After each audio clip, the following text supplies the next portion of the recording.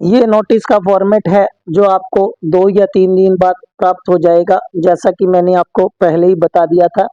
मैं निर्वाचन विभाग से जुड़ा हुआ हूं, इसलिए ये नोटिस मेरे पास आज ही आ गया है।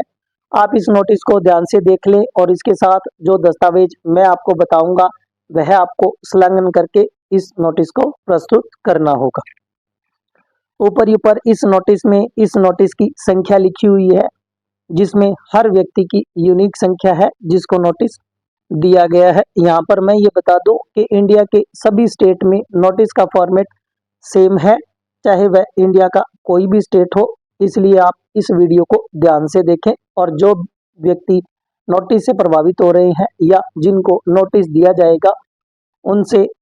यह वीडियो जरूर शेयर कर दे। यहाँ पर मैं आपको बता दूं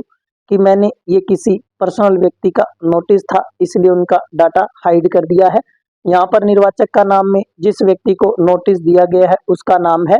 और निर्वाचक की फोटो, पहचान पत्र संख्या यानी कि वोटर आईडी कार्ड का नंबर यहाँ पर लिखा हुआ है और विधानसभा क्षेत्र की संख्या इसके पीछे लिखी हुई है। इसी प्रकार उसका पार्ट नंबर और उसकी क्रम संख्या और नीचे नीचे उसका पता लिखा हुआ है कि उसका पता वोटर लिस्ट में क्या दर्ज था। और यह सारी जानकारी 2025 की वोटर लिस्ट के अनुसार है जिस व्यक्ति को यह नोटिस दिया गया है। यहाँ पर यह QR कोड है, इससे भी आप इस व्यक्ति की सारी जानकारी को स्कैन के माध्यम से प्राप्त कर सकते हो। यहाँ पहली पहली जो लाइन है इसमें यह लिखा गया है कि आपको परिगणना प्रपत्र मिल गया था और आपने वह भरकर जमा करा दिया है, लेकिन आपने 2002 में जो SIR हुई थी उसमें अपने या अपने रिश्तेदार के किसी भी रिश्तेदार का वर्णन नहीं किया है, यानी कि उनकी वोटर लिस्ट की संख्या आपने उपलब्ध नहीं करवाई थी, या आपका डाटा मिसमैच हो गया था या मैच नहीं हुआ था या गलत जानकारी होने के कारण आपको निर्वाचन विभाग के द्वारा यह नोटिस उपलब्ध करवाया जा रहा है और आपको कुछ मूल दस्तावेज लेकर 30 दिसंबर 2025 को सुबह 10 बजे उपस्थित होना होगा। यहाँ पर जो भी दस्तावेज आपको देने हैं उनके बारे में मैं विस्तार से चर्चा करूंगा। सबसे पहले जिस व्यक्ति को यह नोटिस दिया गया है उसे तारीख दी गई है 30 दिसंबर 2025 को सुबह 10 बजे। यहाँ पर जिस व्यक्ति को नोटिस दिया जाएगा उसको नोटिस पर तारीख दी जाएगी, उसी तारीख को उस व्यक्ति को नोटिस के साथ दस्तावेज जो है वो SDM कार्यालय में उपस्थित करने होंगे या प्रस्तुत करने होंगे। यहाँ पर इस लाइन में लिखा हुआ है मेरे सामने, यानी कि SDM ऑफिस में आपको एक टीम मिलेगी जिसके सामने आपको अपने दस्तावेज प्रस्तुत करने हैं और उसका कारण भी स्पष्ट करना है और उसके हिसाब से आपके दस्तावेज जो है वो जमा कर लिए जाएंगे और उनको सत्यापन किया जाएगा। यहाँ पर मैं एक बात की जानकारी दे दूं कि मान लो आपने मूल निवास प्रमाण पत्र यहाँ पर प्रस्तुत किया है, तो इस बात की जांच की जाएगी कि आपका मूल निवास प्रमाण पत्र किसी भी स्थिति में फर्जी नहीं हो, यानी कि आपने अवैध तरीके से उस मूल निवास को प्राप्त नहीं किया हो। यदि ऐसा हुआ तो आपके खिलाफ कार्रवाई की जाएगी और आपको कारावास की सजा भी हो सकती है। नेक्स्ट जो कॉलम है, यदि आपको किसी प्रकार की कोई दुविधा होती है तो आपने BLO से संपर्क कर सकते हैं, जिस BLO का नाम और उसका मोबाइल नंबर आपको यहाँ दिया गया है। यदि आप अपने BLO को नहीं जानते हैं उस स्थिति में आप यहाँ पर ECI नेट ऐप जो है वो निर्वाचन विभाग का ऐप है, इसके माध्यम से आप कॉल बुक कर सकते हैं, जिससे भी आप BLO से संपर्क कर सकते हैं और बाकी BLO आपको नोटिस उपलब्ध कराएगा, उस समय आप उसके नंबर प्राप्त कर लें। यहाँ पर सहायक निर्वाचक पंजीकरण अधिकारी के हस्ताक्षर होकर आपको ये नोटिस प्राप्त होगा। अब मैं आ जाता हूँ इस नोटिस में। यहाँ पर पहली जो शर्त लिखी हुई है वह यह लिखी हुई है कि यदि आपने कोई भी गलत सूचना दी तो उस स्थिति में आपको कारावास की सजा दी जाएगी, यानी कि कोई भी दस्तावेज जो आप प्रस्तुत कर रहे हैं वह ओरिजिनल होना चाहिए और उसकी फोटो प्रति जो कि स्वयं हस्ताक्षरित हो आपको प्रस्तुत करनी है और इसको प्रस्तुत करने के लिए आपको स्वयं जाना होगा और SDM के समक्ष प्रस्तुत होना होगा या उसकी जो टीम है उसके सामने आपको प्रस्तुत होकर वो दस्तावेज वहां पर दिखाने होंगे और जमा करवाने होंगे। सेकंड जो शर्त है वह यह है कि निर्वाचक नामावली यानी कि वोटर लिस्ट को तैयार करने में, संशोधन करने में, सुधार करने में और उसमें कोई भी यदि आपने झूठी सूचना दी है तो उसमें कारावास या जुर्माना या दोनों किए जा सकते हैं। इसमें नीचे जो बात मैंने आपको पहले ही बता दी है कि यदि आप कोई दस्तावेज प्रस्तुत करते हो जो झूठे हो, मनगढ़ंत हो या जानबूझकर आपने गलत दस्तावेज उपलब्ध करवाए हैं तो उस स्थिति में आपके खिलाफ कार्रवाई की जा सकती है और आपको जुर्माना या सजा दोनों हो सकते हैं। अब मैं यहाँ पर आ जाता हूँ जो दस्तावेज निर्वाचन विभाग ने हमसे मांगे हैं। इसमें बहुत सारे दस्तावेज हैं। आपको इस बात का ध्यान रखना है कि आप उनमें से कोई एक दस्तावेज उपलब्ध करवा सकते हैं। बाकी जो भी और सूचना मुझे उपलब्ध होगी कि कितने दस्तावेज मांगे गए हैं, किस किस के दस्तावेज मांगे गए हैं, वह मैं आपको सारी सूचना और उपलब्ध करा दूंगा। बस आप मेरे साथ जुड़े रहें और मेरा चैनल सब्सक्राइब कर ले ताकि आपको लेटेस्ट अपडेट मिलती रहे। अब जो पहला दस्तावेज है वह मैं आपको बता देता हूं कि किसी केंद्र सरकार या राज्य सरकार, इन सरकार के जो कर्मचारी हैं वह अपने कर्मचारी होने से संबंधित कोई दस्तावेज यानी कि ज्वाइनिंग लेटर, अपॉइंटमेंट लेटर या उनकी पे स्लिप या अन्य कोई ऐसा डॉक्यूमेंट प्रस्तुत कर सकते हैं जिनमें उसके जन्म का प्रमाण हो और स्थान का प्रमाण हो। उस स्थिति में ये दोनों दस्तावेज ही वैध हैं और आपको मात्र एक ही दस्तावेज उपलब्ध करवाना है। उसके अतिरिक्त अगर ऐसी स्थिति नहीं है तो पीएसयू के कर्मचारी जो पब्लिक सेक्टर के कर्मचारी हैं जिनका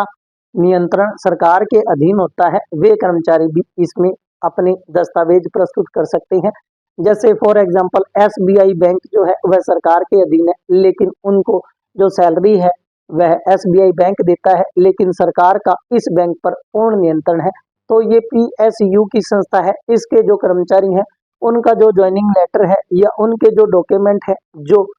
वह व्यक्ति जो कर्मचारी या अधिकारी उस बैंक में है उसके हैं, वह प्रस्तुत किए जा सकते हैं। इसी प्रकार किसी भी राज्य के कोई भी पेंशन भोगी कर्मचारी है तो उसको एक पहचान पत्र या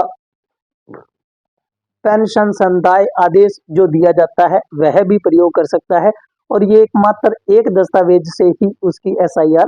कंप्लीट हो जाएगी।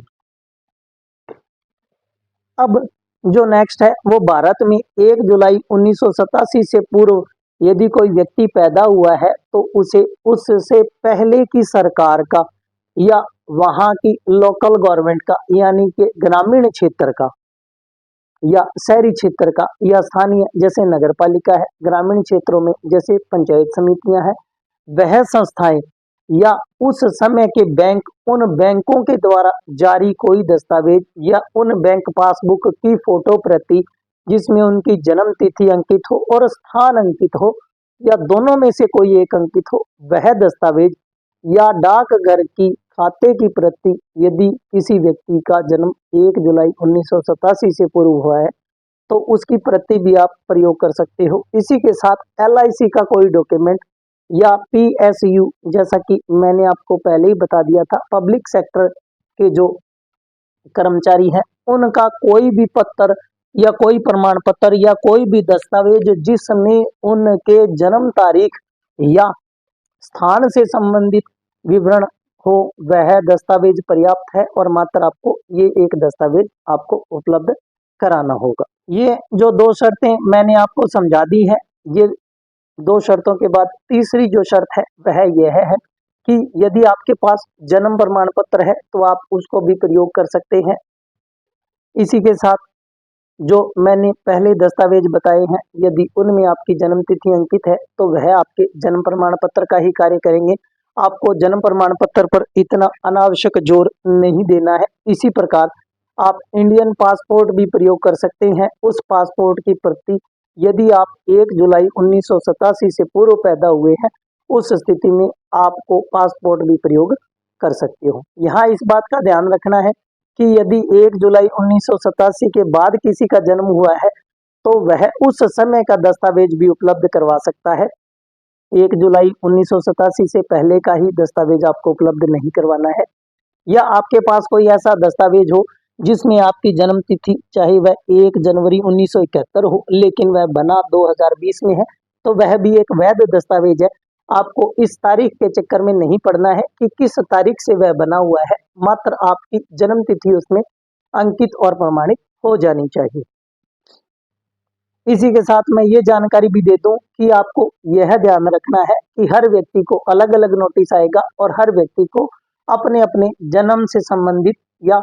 तारीख या स्थान दोनों में से किसी एक को प्रमाणित करने वाला दस्तावेज उपलब्ध करवाना होगा। इनमें से भी कोई दस्तावेज आपके पास नहीं है तो मान्यता प्राप्त जो बोर्ड है, जो आपके राज्य के है या विश्वविद्यालयों से जारी कोई भी डॉक्यूमेंट या कोई शैक्षिक प्रमाण पत्र, चाहे वह कक्षा 1 या 2 का ही हो या मात्र एक दिन अगर आप स्कूल गए हो, तो उस स्कूल की टीसी या मार्कशीट या अन्य कोई भी प्रमाण पत्र जो आपके पास उपलब्ध हो, जिसमें आपकी जन्म तिथि प्रमाणित हो जाए, तो वह दस्तावेज आप दे सकते हैं। इसके अलावा यदि उसमें स्थान प्रमाणित होता है, तब भी आप उसका प्रयोग कर सकते हैं। यहाँ पर मैं ये बता दूं कि मैं जन्म तारीख और स्थान पर क्यों जोर दे रहा हूँ, क्योंकि भारतीय संविधान के भाग 2 के अनुसार कोई व्यक्ति जो भारत में पैदा हुआ है तो वह भारतीय नागरिक होगा और उसे जन्म से भारतीय नागरिकता प्राप्त हो जाती है। और यदि पति पत्नी दोनों भारतीय हैं तो उनकी जन्मी कोई भी संतान जो है वो भारतीय मानी जाएगी। और बाद में इसमें संशोधन कर दिया गया था कि यदि पति या पत्नी दोनों में से कोई एक भारतीय हो तो उससे पैदा हुई संतान भी भारतीय ही होगी। इसलिए मैं जन्म तारीख और स्थान पर जोर दे रहा हूँ, क्योंकि जो व्यक्ति या जो बच्चा भारत में पैदा हो गया है तो वह जन्म से भारतीय नागरिक होगा। उसे मात्र जन्म से संबंधित या जन्म स्थान से संबंधित कोई दस्तावेज उपलब्ध करवाना होगा। नेक्स्ट जो इसमें है वह राज्य सरकार का कोई भी अधिकारी जिसने आपका स्थायी निवास का प्रमाण पत्र दे दिया हो तो वह भी वैध है। यहाँ पर स्थायी निवास प्रमाण पत्र, जिसको मूल निवास प्रमाण पत्र भी कहते हैं, वह भी आप प्रयोग कर सकते हैं। वन अधिकार प्रमाण पत्र भी किसी किसी राज्य में हो सकता है तो आप उसका भी प्रयोग कर सकते हैं। 8 नंबर कॉलम में आप ध्यान से देखें कि यदि अन्य पिछड़ा वर्ग, अनुसूचित जाति, जनजाति या अन्य कोई जाति हो जिसका कोई प्रमाण पत्र हो या सरकार के द्वारा, राज्य सरकार के द्वारा जारी कोई भी ऐसा दस्तावेज जिसमें आपकी जन्म तिथि या स्थान दोनों में से कोई एक प्रमाणित हो जाए, वह वैध दस्तावेज है। इसी के साथ भारत के कुछ राज्यों में राष्ट्रीय नागरिक रजिस्टर भी संधारण किया जाता है तो आप उसकी प्रति भी इसमें प्रयोग कर सकते हैं, वह भी एक वैध दस्तावेज होगी। इसी प्रकार राज्य सरकार या स्थानीय प्राधिकारियों द्वारा तैयार किया गया परिवार रजिस्टर जो कि भारत के कुछ राज्यों में चलता है तो आप उसका भी प्रयोग कर सकते हैं। यहाँ पर मैं ये भी जानकारी दे दूं कि कोई भी ऐसा दस्तावेज जो सरकार के द्वारा या सार्वजनिक क्षेत्र के द्वारा आपको प्रदान किया गया है वह वैध होगा। यहाँ तक कि किसी व्यक्ति का मृत्यु प्रमाण पत्र भी प्रयोग किया जा सकता है कि अमुक व्यक्ति जो है जिसका ये मृत्यु प्रमाण पत्र है और हम उसकी संतान है, तो उस स्थिति में वह मृत्यु प्रमाण पत्र भी काम में लिया जा सकता है।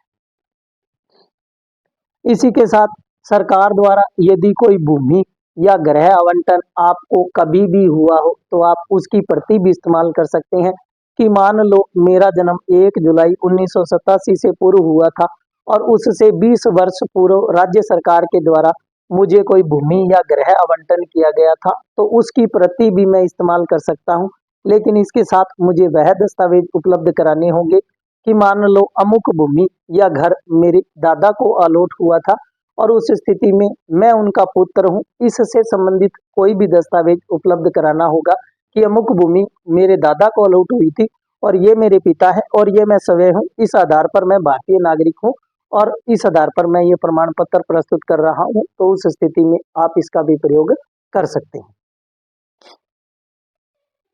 अब इसी के साथ और जानकारी मैं उपलब्ध करा दूं कि अन्य दस्तावेजों में आप वोटर लिस्ट की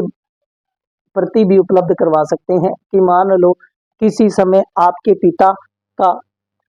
वोट कभी कट गया था लेकिन आपके दादा का वोट किसी समय किसी वोटर लिस्ट किसी राज्य में था तो उसकी प्रति भी आप प्रयोग कर सकते हैं। उस स्थिति में आपको चेन के माध्यम से ये बताना होगा कि ये मेरे दादा है और मेरे पिता का वोट नहीं बना हुआ है इसलिए वह कट गया है और मैं उनकी संतान हूँ, इसलिए मैं ये दस्तावेज प्रस्तुत कर सकता हूँ। इस आधार पर भी आपका वोट जो है वो मतदाता सूची में रह जाएगा। इसी के साथ मैं ये बता दूं कि मान लो वर्तमान में एक बच्चा जो 25 या 20 वर्ष का है और वह अनाथ है, तो उस स्थिति में उसका जन्म भारत के किसी राज्य में हुआ है, तो वह अपना Aadhaar card, PAN card, driving licence या अन्य कोई दस्तावेज प्रस्तुत कर सकता है जिसमें उसके जन्म की तारीख या जन्म के स्थान का वर्णन हो, तो वह भी एक वैध दस्तावेज है, क्योंकि किसी भी व्यक्ति को अन्य दस्तावेजों के लिए जोर नहीं दिया जाएगा, मात्र आपको एक दस्तावेज ही उपलब्ध करवाना है। नोटिस की संख्या फिर से दी गई है। अब ये पावती है जो आपको बीएलओ जब नोटिस उपलब्ध कराएगा, उस स्थिति में वह मैं के जगह आपका नाम और आपके पिता का नाम और मतदान केंद्र की संख्या वह स्वयं दर्ज कर लेगा, और जिस तारीख को आपको नोटिस दिया गया है उसकी तारीख भी यहाँ दर्ज कर देगा, और नोटिस प्राप्ति के हस्ताक्षर में आपके